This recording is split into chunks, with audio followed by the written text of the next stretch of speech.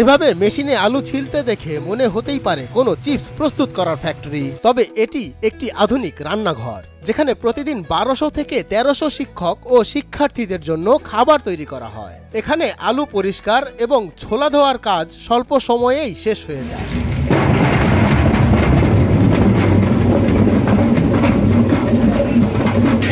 মেশিনের মাধ্যমে 30 কেজি আলু 5 মিনিট সময়ের ভেতর ছিলা সম্পন্ন করা হয়। 30 কেজি আলু 5 মিনিটের মাধ্যমে ছিলা হয়ে যায়। শুধু খালি মেশিনটা খালি শুক্লাটা খালি আপনার ক্লিয়ার হয়ে যায়, আলু কিন্তু হয় না। মেশিন আনাতে আমাদের অনেক সুযোগ সুবিধা হয়েছে, অনেক কষ্ট থেকে আমরা মুক্তি হয়েছি। এছাড়াও পেঁয়াজ, ভাত থেকে শুরু করে গুঁড়া মশলাও রান্নার জন্য প্রস্তুত করা হয় আধুনিক মেশিনের মাধ্যমে। আমাদের এমনি 3 বেলায় সবসময় আগে খাবার দিয়ে দেয়।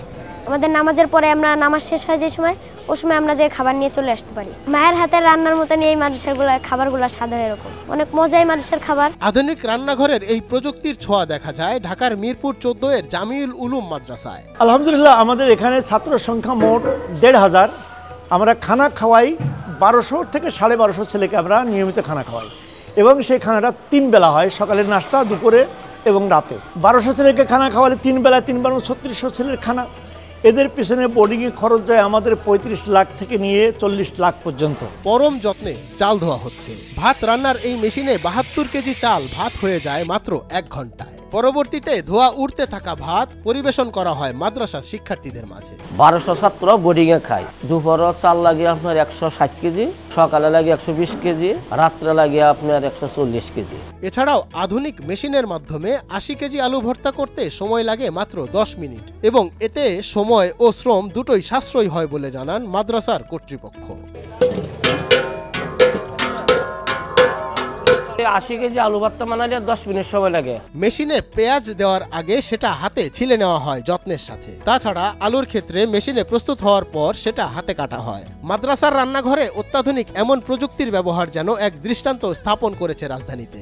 4টা মেশিন আমরা 150 কেজি চাল পাক করেন না। 24 ঘন্টা থাকার পরেও যদি ভাত যদি বেশিও থাকে, যদি 5 দিনও থাকে, ভাত নষ্ট হইব না। চুলার দ্বারা একটু পানি ছিটা ভাতের মধ্যে দিলে চুলা দ্বারা আবার ভাত ভালো স্পেশাল ভাত। অন্যদিকে একটি বড় গরু মাত্র 3 ঘন্টার মধ্যেই রান্নার জন্য সম্পূর্ণ প্রস্তুত করা হয়। গরুর মাংস রান্না করা হয় সপ্তাহের বিশেষ দিন শুক্রবারে। যত্নের সাথে গরুর মাংস প্রস্তুত করে তা রান্নার উপযোগী করা হয়। পরবর্তীতে ঢালা হয় মস্ত বড় কড়াইয়ে। ধীরে ধীরে মশলা ও পেঁয়াজ তাতে দিয়ে সঠিক পদ্ধতিতে জাল দেওয়ার মাধ্যমে শিক্ষার্থীদের খাবারের জন্য প্রস্তুত করা হয়। খানা দাওয়া আমাদের সকালবেলা সন্ধ্যার সময় পাক শেষ হয়ে যাগা।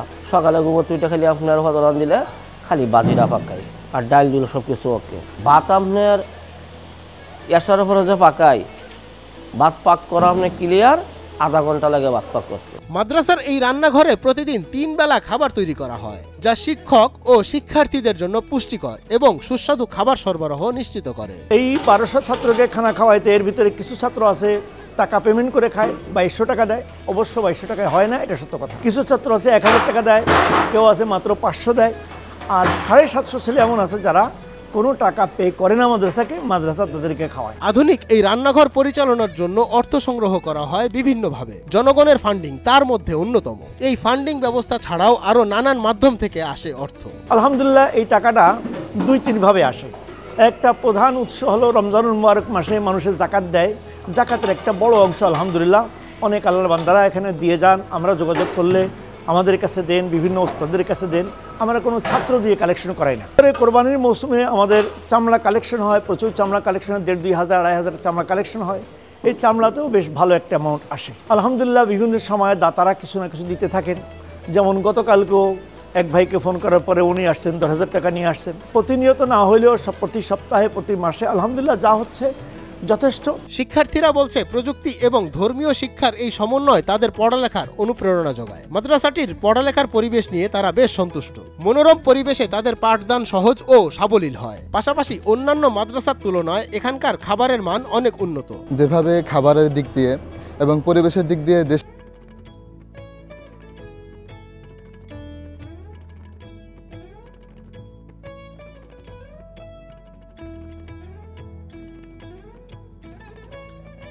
অর্জন করে রেখেছে। শিক্ষার্থীরা আরও বলছে, জামেউল উলুম মাদ্রাসার এই উদ্যোগ মাদ্রাসাগুলোর প্রতি সাধারণ মানুষের দৃষ্টিভঙ্গি বদলে দিচ্ছে। মাদ্রাসার এমন আধুনিক ও সুসংগঠিত ব্যবস্থাপনা শিক্ষার্থীদের জন্য আরও সুবিধাজনক পরিবেশ তৈরি করছে।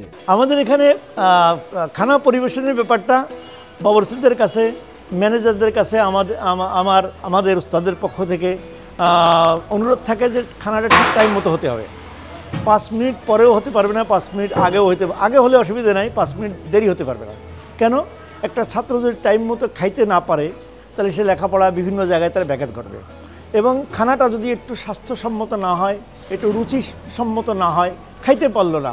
ও যখন খাইতে পারবে, একটা কথা আছে আমাদের বাংলায় বলে, পেটে দিলে পিঠে সয়। একটা ছেলে যদি ঠিকমতো খাইতে না পারে, তার স্বাস্থ্য ভালো থাকবে না, তার মন ভালো থাকবে না, লেখাপড়া ভালো হবে না। মঞ্জুর এ মাওলা, নয়া দিগন্ত।